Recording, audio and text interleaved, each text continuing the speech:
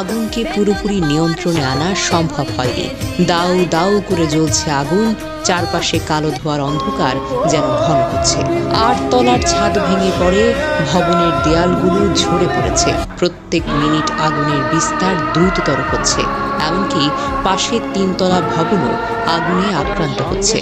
আগুনের তীব্রতা এতটাই বেশি যে আধুনিক যন্ত্রপাতি ও রোবটের সাহায্যেও পরিস্থিতি নিয়ন্ত্রণের বাইরে। চারপাশে গরমের তীব্র ঢেউ, কেঁপে ওঠা ভবন, বিস্ফোরণের দম বন্ধ করা শব্দ, সব মিলিয়ে যেন এক ভয়ঙ্কর বাস্তবতা। সিপিজেডের ৭০০ শ্রমিক নিরাপদে সরিয়ে নেওয়া হলেও আগুনের দাপট এবং ধোঁয়ার ঘনত্ব পরিস্থিতিকে আরও বেশি বিপজ্জনক করে তুলেছে। ধার্য পদার্থের আধিক্য, পানির চাপের সীমাবদ্ধতা, সব মিলিয়ে এই আগুন যেন এক ভয়ঙ্কর ভয়ানক দানব, যা এক মুহূর্তেই সব কিছু ছড়িয়ে দিতে পারে। জানা যায়